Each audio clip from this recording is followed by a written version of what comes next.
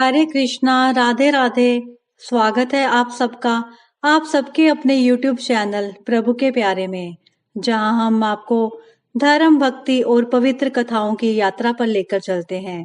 आज माघ मास की द्वादशी तिथि है। आइए माघ मास महात्म की कथा की शुरुआत तुलसी माता की कहानी से करते हैं। उसके बाद माघ मास का पौराणिक महत्व सुनेंगे। आप सबको द्वादशी तिथि की बहुत बहुत बधाई हो। परमात्मा की कृपा आप सब पर बनी रहे। जय श्री कृष्णा, जय श्री राधे। तुलसी माता से जुड़ी एक कथा बहुत प्रचलित है। श्रीमद् देवी भागवत पुराण में इनके अवतरण की दिव्य लीला कथा भी बताई गई है। एक बार शिवजी ने अपने तेज को समुन्दर में फेंक दिया था। उसमें से एक महातेजस्वी बालक ने जन्म लिया।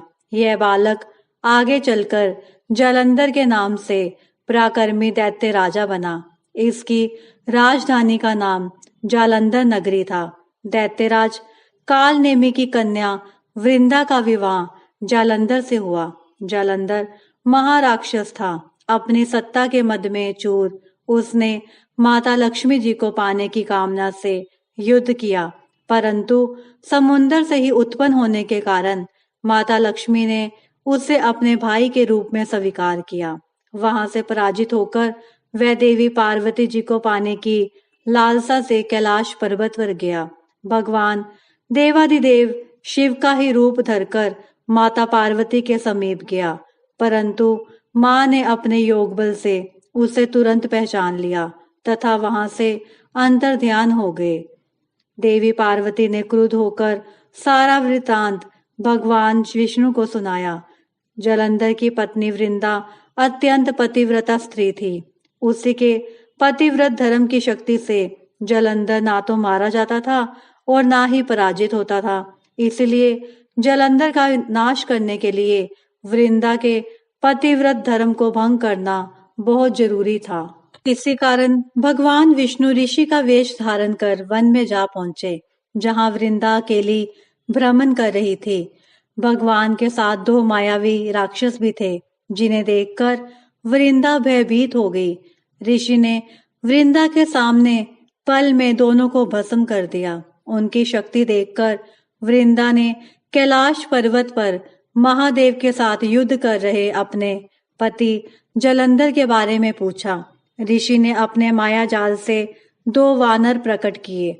एक वानर के हाथ में जालंधर का सिर था तथा दूसरे के हाथ में धड़। अपने पति की यह दशा देखकर वृंदा मूर्छित होकर गिर पड़ी। होश में आने पर उन्होंने ऋषि रूपी भगवान से विनती की कि वह उसके पति को जीवित करें। भगवान ने अपनी माया से पुनः जालंधर का सिर धड़ से जोड़ दिया, परंतु स्वयं भी वह उसी शरीर में प्रवेश कर गए। वृंदा को इस छल का जरा आभास न हुआ। जालंधर बने भगवान के साथ वृंदा पतिव्रता का व्यवहार करने लगी, जिससे उसका अस्तित्व भंग हो गया। ऐसा होते ही वृंदा का पति जालंधर युद्ध में हार गया। इस सारी लीला का जब वृंदा को पता चला तो उसने क्रुद्ध होकर भगवान विष्णु जी को शिला होने का श्राप दे दिया तथा स्वयं सती हो गई। जहां वृंदा भस्म हुई वहां तुलसी का पौधा उगा। भगवान विष्णु ने वृंदा से कहा, हे वृंदा, तुम अपने अस्तित्व के कारण मुझे लक्ष्मी से भी अधिक प्रिय हो गई हो। अब तुम तुलसी के रूप में सदा मेरे साथ रहोगी। जो मनुष्य भी मेरे शालिग्राम रूप के साथ तुलसी का विवाह करेगा, उसे इस लोक और परलोक में विपुल यश प्राप्त होगा। जिस घर में तुलसी होती है वहां यम के दूत भी असमय नहीं जा सकते। गंगा व नर्मदा के जल में स्नान तथा तुलसी का पूजन बराबर माना जाता है।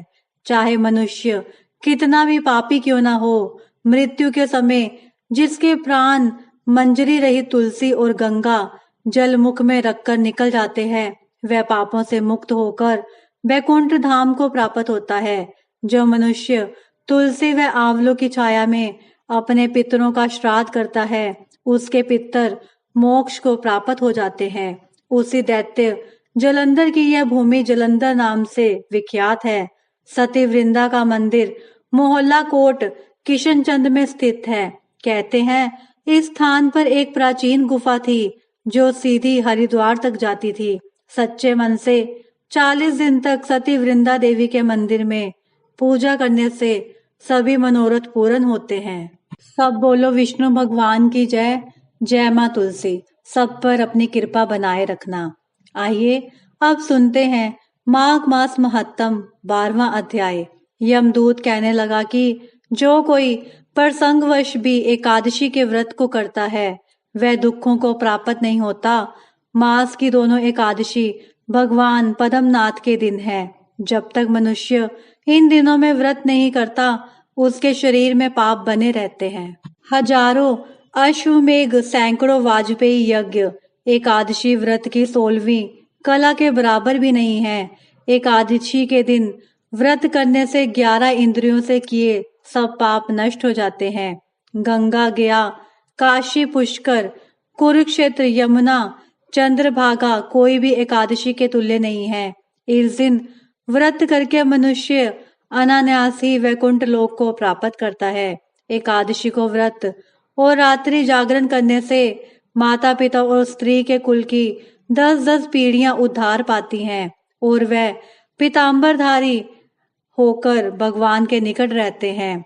बाल, युवा और वृद्ध सब तथा पापी भी व्रत करने से नरक में नहीं जाते। यमदूत कहता है कि हे वैश्य, मैं सूक्ष्म में तुमसे नरक से बचने का धर्म कहता हूँ। मन, कर्म और वचन से प्राणी मात्र का द्रोह ना करना, इंद्रियों को वश में रखना, दान देना, भगवान की सेवा करना, नियम पूर्वक वर्णाश्रम धर्म का पालन करना, इन कर्मों के करने से मनुष्य नरक से बचा रहता है। स्वर्ग प्राप्त करने की इच्छा से मनुष्य गरीब भी हो तो जूता, छतरी, अन्न, धन, जल कुछ न कुछ दान देता रहे। दान देने वाला मनुष्य कभी यम की यातना को नहीं भोगता तथा दीर्घायु और धनी होता है। बहुत कहने से ही क्या, अधर्म से ही मनुष्य बुरी गति को प्राप्त होता है। मनुष्य सदैव धर्म के कार्यों से ही स्वर्ग प्राप्त कर सकता है। इसलिए बाल्यावस्था से ही धर्म के कार्यों का अभ्यास करना चाहिए। सब बोलो विष्णु भगवान की जय। ओम नमो भगवते वासुदेवाय नमः। ओम नमो भगवते वासुदेवाय नमः। यदि आपको यह वीडियो अच्छी लगी हो तो हमारे चैनल प्रभु के प्यारे को सब्सक्राइब करें। इस वीडियो को अधिक से अधिक लाइक करें और शेयर करें। मिलते हैं कल अगले अध्याय के साथ। हरे कृष्णा। जय श्री राधे। जय श्री राधे।